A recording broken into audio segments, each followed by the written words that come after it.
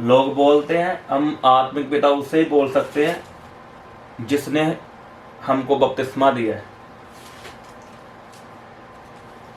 वो कहते हैं कि हम आत्मिक पिता उससे ही बोल सकते हैं जिससे हमने बपतिस्मा लिया है, लेकिन ऐसा नहीं है। बाइबल हमें इस बारे में क्या कहती है, हम पढ़ेंगे पहला कुरिन्थिया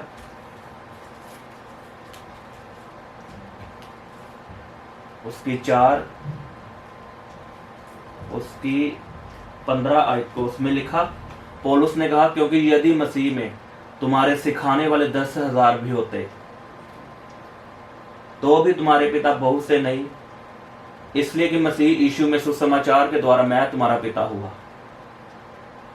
पौलुस ने यहाँ पे क्लेम किया है कि हम मसीह में आत्मिक पिता बोल सकते हैं, लेकिन किसको बोल सकते हैं? लोग बोलते हैं हम आत्मिक पिता उसे बोल सकते हैं जिससे हमने बपतिस्मा लिया है। ऐसा जरूरी नहीं है कि आपने जिससे बपतिस्मा लिया है आप उसी को आत्मिक पिता बोल सकते हो भी सकता है, वो आपका आत्मिक पिता हो भी सकता है, लेकिन जरूरी भी नहीं है।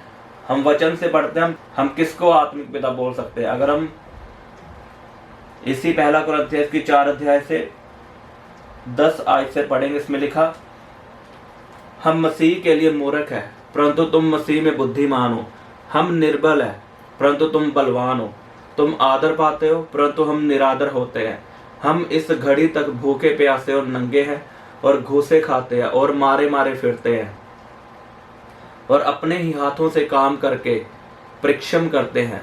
लोग हमें बुरा कहते हैं, हम आशीष देते हैं, वे सताते हैं, हम सहते हैं, वे बदनाम करते हैं, हम विनती करते हैं। हम आज तक जगत का कूड़ा और सब वस्तुओं की खुरचन के समान ठहरे हैं। मैं तुम्हें लज्जित करने के लिए ये बातें नहीं लिखता, परंतु अपने प्रिय बालक जानकर तुम्हें चिताता हूँ, क्योंकि यदि मसीह में तुम्हारे सिखाने वाले 10,000 भी होते तो भी तुम्हारे पिता बहुत से नहीं, इसलिए कि मसीह यीशु में सुसमाचार के द्वारा मैं तुम्हारा पिता हुआ। यहाँ पौलुस ने कहा, परंतु तुम मसीह में बुद्धिमान हो, हम निर्बल है, परंतु तुम बलवान हो, तुम आदर पाते हो परंतु हम निरादर पाते हैं। पौलुस यहाँ पे क्या कह रहा है, अपनी कलीसिया को क्या लिख रहा है कि तुम तो बुद्धिमान हो, क्योंकि पौलुस उनको समझाता था वचन से, तुम तो बुद्धिमान हो पर हम निर्बल है, तुम आदर पाते हो, हम निरादर पाते हैं। हम आत्मिक पिता उसे बोल सकते हैं जो हमारे लिए मेहनत करता है।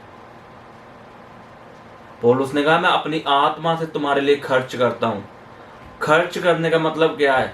जो आपके लिए प्रार्थना में बैठकर परमेश्वर से वचन मांगता है आपको समझाने के लिए, जो आपकी आत्मा की केयर करता है, हम उसको आत्मिक पिता बोल सकते हैं।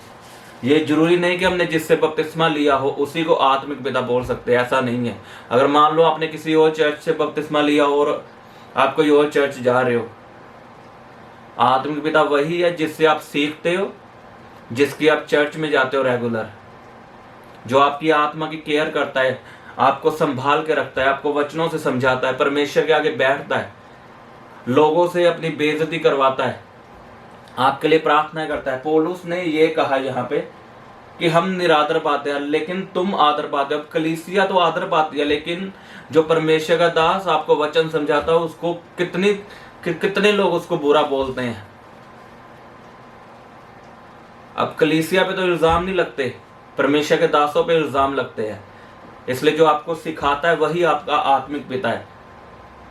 ये वचन क्या है? ये खाना है, ये आत्मिक रोटी है, ये वचन।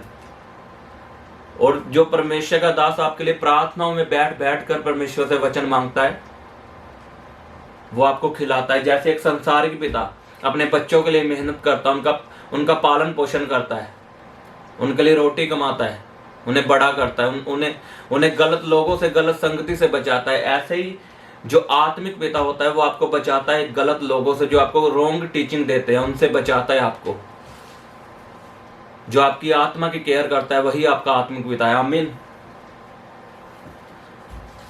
अगर इस हिसाब से हम उसी को आत्मिक पिता बोल सकते जिससे हमने बपतिस्मा लिया होता, तो पौलुस ने अपनी कलीसिया को बपतिस्मा नहीं दिया था। इस हिसाब से तो यीशु मसीह का आत्मिक पिता यूहन्ना हुआ, क्योंकि यूहन्ना ने यीशु मसीह को बैप्टाइज किया था।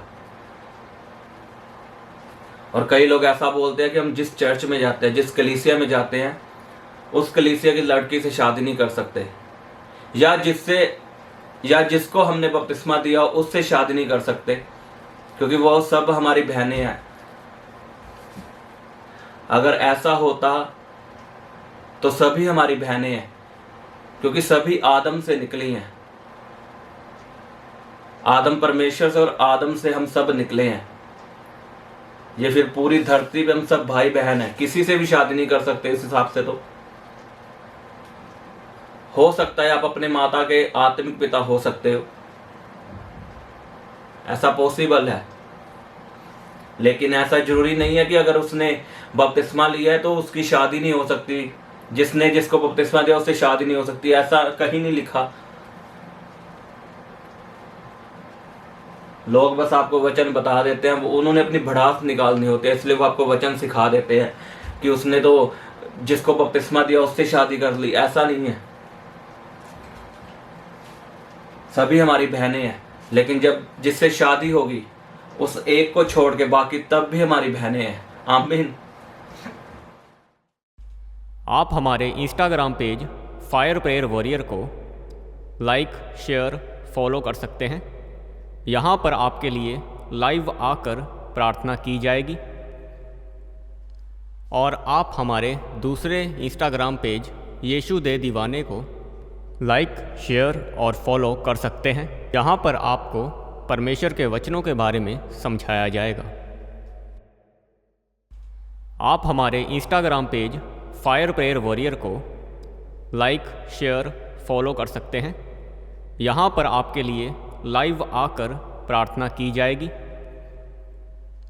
और आप हमारे दूसरे इंस्टाग्राम पेज यीशु दे दीवाने को लाइक, शेयर और फॉलो कर सकते हैं। यहाँ पर आपको परमेश्वर के वचनों के बारे में समझाया जाएगा।